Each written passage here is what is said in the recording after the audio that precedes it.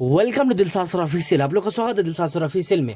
आज से हम लोग क्लास 9th यानी कि कक्षा 9 का जो है ना इतिहास की दुनिया का फर्स्ट चैप्टर से स्टार्ट करने वाले हैं। संपूर्ण क्वेश्चन आंसर है, यानी कि पहले हम लोग फर्स्ट चैप्टर में जितना भी ऑब्जेक्टिव, लघु उत्तरीय, दीर्घ उत्तरीय प्रश्न है, जितना भी क्वेश्चन है ना, सभी का आंसर के बारे में जानेंगे। तो स्टार्ट करते हैं। फर्स्ट चैप्टर का नाम है भौगोलिक खोज। तो देखिए क्लास 9th का चैप्टर नंबर 1 का जो है ना वो नाम क्या है कि भौगोलिक खोज। इस चैप्टर में जितना भी ऑब्जेक्टिव टाइप क्वेश्चन, लघु उत्तरीय, दीर्घ उत्तरीय, एक वाक्य वाला प्रश्न, सही गलत जो भी है ना, सभी के बारे में संपूर्ण क्वेश्चन आंसर जानेंगे। फर्स्ट चैप्टर का पहले जानेंगे, उसके बाद सेकेंड चैप्टर का धीरे धीरे जो है ना ये इतिहास को भी खत्म करेंगे। लेकिन इससे पहले वाला वीडियो अगर आप लोग नहीं देखे हैं, जिसमें हम लोग ज्योग्राफी पूरा कंप्लीट करवा चुके हैं, ज्योग्राफी का पूरा क्वेश्चन आंसर करवा चुके हैं, चैप्टर 1 से लेकर के चैप्टर 13 तक, यानी कि चैप्टर 13 तक पूरा कंप्लीट करवा चुके हैं। ठीक है, तो वहां तक अगर आप लोग वो नहीं देखें तो आप वहां से जाकर के उसका ज्योग्राफी का क्वेश्चन आंसर के बारे में देख सकते हैं। तो पहले हम लोग इतिहास की फर्स्ट चैप्टर का क्वेश्चन आंसर के बारे में जान लेते हैं। ठीक है, उसके बाद सेकेंड डे जो है ना हम लोग सेकेंड के बारे में जानेंगे, सेकेंड चैप्टर के बारे में, क्वेश्चन आंसर के बारे में। ठीक है, तो पहले हम लोग ऑब्जेक्टिव के टाइप क्वेश्चन जान लेते हैं। तो यहाँ पे देखिए पहला क्वेश्चन है, वस्तुनिष्ठ प्रश्न का पहला क्वेश्चन है, वास्को डी गामा कहाँ का यात्री था। मोस्ट इंपोर्टेंट क्वेश्चन है, एमबीबीआई मोस्ट इंपोर्टेंट, 5 स्टार दे दीजिए क्वेश्चन को। वास्को डी गामा जो है ना पुर्तगाल देश के रहने वाले थे। पुर्तगाल की राजधानी आपको बता दे लिस्बन है। ठीक है, वास्को डी गामा किस किस देश के रहने वाले थे, पुर्तगाल की, इसकी राजधानी लिस्बन। अगला क्वेश्चन देखिए, यूरोप वासियों ने दिशा सूचक यंत्र का प्रयोग किनसे सीखा था। तो देखिए यूरोप वासियों ने दिशा सूचक यंत्र का जो प्रयोग है ना वो अरबों से सीखा था। ठीक है, अरबों से। अगला क्वेश्चन देखिए, उत्तमाशा अंतरिक्ष की खोज किसने की थी। इंपॉर्टेंट क्वेश्चन है, उत्तमाशा अंतरिक्ष का खोज जो है ना बार्थोलोम्यू डियाज ने किया था। ऑप्शन नंबर घ हो जाएगा इसका, जो है ना ऑप्शन नंबर घ होगा, ये गलत है। ठीक है, इसमें ग नहीं होगा, ख नहीं होगा। अगला क्वेश्चन देखिए, अमेरिका की खोज। देखिए यहाँ पे इस तरह से, यहाँ पे देखिए उत्तमाशा अंतरिक्ष का खोज किसने किया था, तो ये बार्थोलोम्यू डियाज, ऑप्शन नंबर घ होगा। उसके बाद अगला क्वेश्चन देखिए, अमेरिका का खोज किस वर्ष की गई थी। तो अमेरिका का खोज जो है ना 1492 ईस्वी में क्रिस्टोफर्स कोलंबस के द्वारा किया गया था। ठीक है, क्रिस्टोफर्स कोलंबस के द्वारा।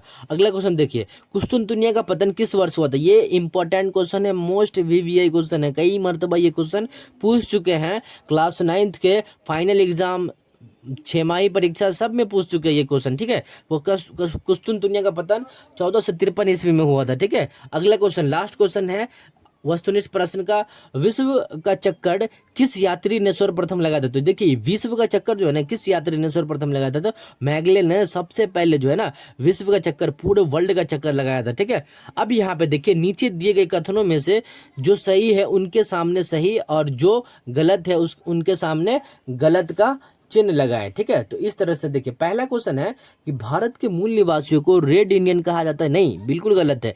अमेरिका के मूल निवासियों को रेड इंडियन कहा था क्योंकि उनको लग रहा था कि हम ये भारत में पहुंचे, लेकिन वो तो अमेरिका में पहुंचा था, इसलिए वहां के निवासी को रेड इंडियन कहा था। ठीक है, उसके बाद अगला क्वेश्चन है कि उत्तमाशा अंतरिक्ष की खोज ने भारत तक पहुंचने का मार्ग प्रशस्त किया। बिल्कुल किया था, ये जो है ना उत्तमाशा अंतरिक्ष, तो इसका सही कर लीजिएगा, यहाँ पे टिक लगा लीजिएगा। अगला क्वेश्चन देखिए, भारत अटलांटिक महासागर के पूर्व पर स्थित है। नहीं, ये हिंद महासागर के शीर्ष पर स्थित है। ठीक है, तो ये गलत हो जाएगा। ठीक है, यहाँ पे देखते हैं आगे क्या है। अगला क्वेश्चन देखिए, मार्को पोलो ने भारत की खोज की थी। नहीं, मार्को पोलो ने भारत की खोज नहीं की थी।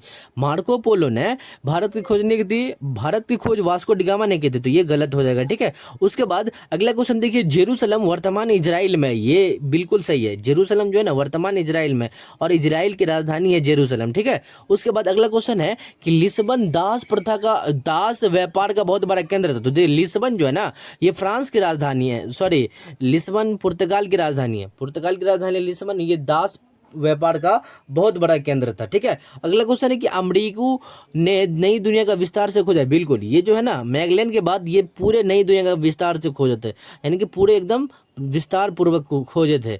उसके बाद एक वाक्य में निम्नलिखित प्रश्न का उत्तर दे दो। देखिए एक वाक्य में निम्नलिखित प्रश्न का उत्तर, जैसे पहला क्वेश्चन है कि भारत आने में किस भारतीय व्यापारी ने वास्को डी गामा की मदद की। तो इसका आंसर लिख लीजिएगा, अब्दुल मजीद। अब्दुल मजीद ने भारत में आने पे भारतीय व्यापारी का जो वास्को डी गामा मदद की थी वो अब्दुल मजीद था। अगला क्वेश्चन देखिए, न्यूफाउंडलैंड का पता किसने, तो सर जॉन सेबास्टिन ने, सर जॉन और सेबास्टिन ने किया था न्यूफाउंडलैंड का पता। ठीक है, तो इसका लिख लीजिएगा सर जॉन सेबास्टियन। अगला क्वेश्चन है कि यूरोपियों द्वारा निर्मित तेज चलने वाले जहाज को क्या कहा जाता था। इंपॉर्टेंट क्वेश्चन है, ये बहुत इंपॉर्टेंट क्वेश्चन है। यूरोपीय द्वारा निर्मित तेज चलने वाले जहाज को कैरावल कहा जाता है। किस नाम से? कैरावल के नाम से जाना जाता है। ठीक है, उसके बाद चौथा नंबर क्वेश्चन, दक्षिण अफ्रीका का दक्षिणतम बिंदु कौन सा स्थल है? तो देखिए दक्षिण अफ्रीका का जो दक्षिणतम बिंदु है ना वो उत्तमासा अंतरिप है। उत्तमासा अंतरिप इसका आंसर हो जाएगा, दक्षिण अफ्रीका का दक्षिणतम बिंदु। ठीक है, अगला क्वेश्चन कि 11वीं और 12वीं शताब्दी में ईसाई और मुसलमानों के बीच धर्म युद्ध क्यों हुआ था? तो देखिए इस 11वीं और 12वीं शताब्दी में जो है ना जेरूशलम के अधिकार के मुद्दे पर जो है ना धर्म युद्ध हुआ था।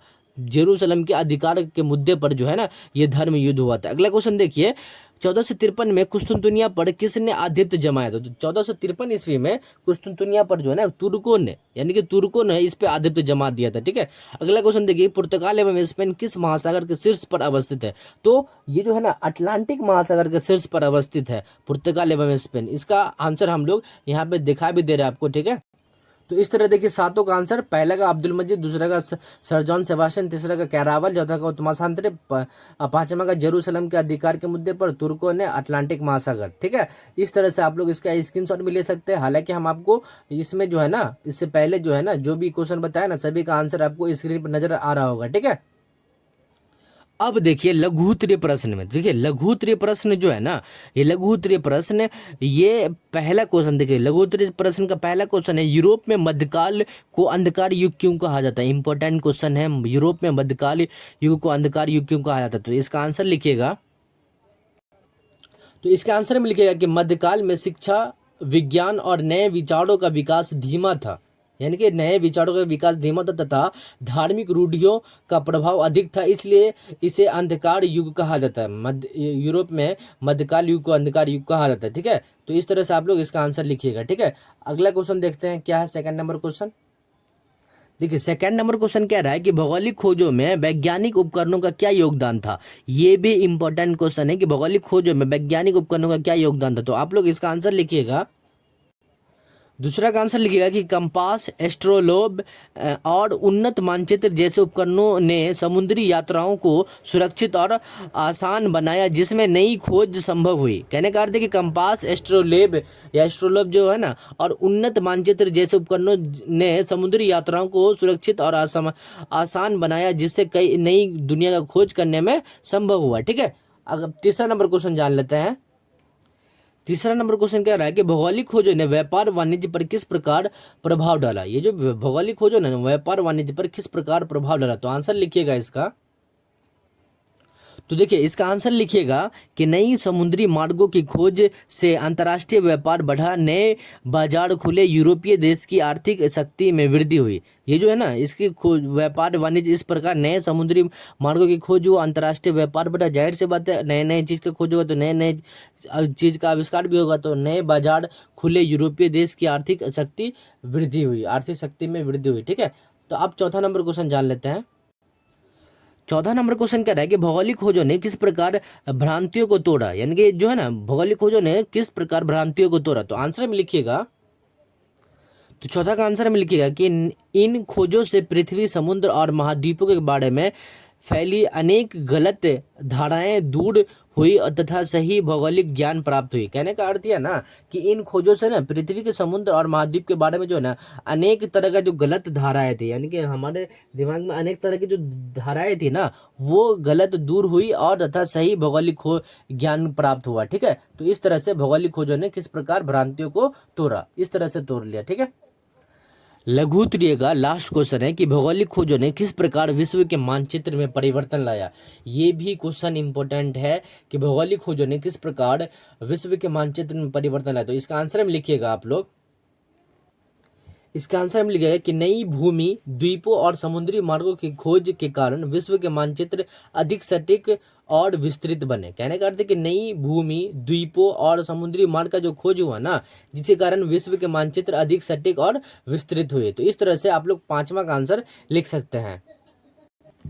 इस तरह से देखिए लघु उत्तरीय का 5 क्वेश्चन था, 1 से लेकर के 5 क्वेश्चन, ये पांचों क्वेश्चन के बारे में जान लिए। ठीक है, उसके बाद हम लोग दीर्घ उत्तरीय प्रश्न के बारे में जानेंगे। देखिए दीर्घ उत्तरीय प्रश्न, इसमें देखिए कितना कुछ दिया हुआ, 5 क्वेश्चन दीर्घ उत्तरीय भी दिया हुआ, और इस चैप्टर से दीर्घ उत्तरीय प्रश्न बनता है और पूछता भी है फाइनल परीक्षा में। ठीक है, तो देखिए इसका आंसर में लिखिएगा। पहला देखिए दीर्घ उत्तरीय का पहला क्वेश्चन है कि भौगोलिक खोजों का क्या तात्पर्य है, इसे किस प्रकार विश्व की दूरियां घटाई जाती है। तो देखिए आप लोग इसके आंसर में लिखिएगा। आप लोग को स्क्रीन पर नजर आ रहा है कि भौगोलिक खोज के तात्पर्य इस प्रकार है। ठीक है, तो इसका पहला का आंसर इस तरह से लिख लीजिएगा। आप चाहे तो इसका स्क्रीनशॉट भी ले सकते हैं, अपने नोटबुक फेयर में लिख सकते हैं। ठीक है, उसके बाद दूसरा नंबर क्वेश्चन है कि भौगोलिक खोजों के कारणों का व्याख्या करें। ये भी क्वेश्चन इंपॉर्टेंट है कि जितना भी कारण था ना उसका व्याख्या करने के लिए यहाँ पे बोला जा रहा है। ठीक है, तो इसका आंसर आप लोग को स्क्रीन पर नजर आ रहा होगा, और आप लोग इसका आंसर अपने नोटबुक फेयर में लिख सकते हैं, चाहे तो आप इसका स्क्रीनशॉट भी ले सकते हैं। ठीक है, अगला क्वेश्चन देखिए, तीसरा नंबर क्वेश्चन कि नए अन्वेषित भूभाग को विश्व के मानचित्र पर अंकित करें और यह बतावे कि भौगोलिक खोज से पूर्व आप यदि यूरोप में होते तो भारत में किस प्रकार का व्यापार करते। तो ये जो है ना आपको आंसर छोटा ही में लिखना है, ज़्यादा बड़ा नहीं करना है। आपको जो स्क्रीन पर नजर आ रहा होगा इसका आंसर। ठीक है, तो आप लोग यहाँ से स्क्रीनशॉट भी ले सकते हैं, अपने नोटबुक फेयर में लिख सकते हैं। ठीक है, उसके बाद चौथा नंबर क्वेश्चन कह रहा है कि अंधकार युग से आप क्या समझते हैं। ये भी क्वेश्चन इंपॉर्टेंट है कि अंधकार युग से आप क्या समझते हैं, अंधकार युग से बाहर आने में भौगोलिक खोजों ने किस प्रकार मदद की। तो अंधकार युग से हम लोग जो है ना इस तरह से समझ सकते हैं। आप इसके बारे में आप लोग स्क्रीन पर नजर आ रहा होगा, आप लोग यहाँ से इसका स्क्रीनशॉट भी ले सकते हैं, अपने नोटबुक फेयर में लिख सकते हैं। ठीक है,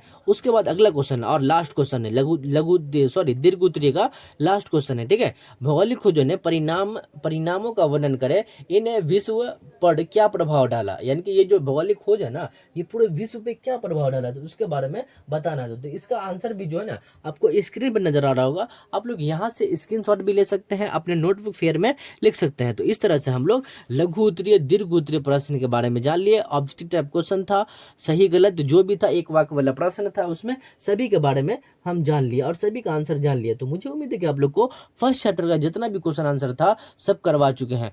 मुझे उम्मीद है कि आप लोग को ये वीडियो अच्छा लगा हो, और अच्छा लगा तो जरूर लाइक कीजिएगा, चैनल पर नहीं हो तो चैनल को जरूर सब्सक्राइब कर लीजिएगा। ठीक है, मिलते हैं नेक्स्ट वीडियो में, तब तक के लिए जय हिंद जय भारत।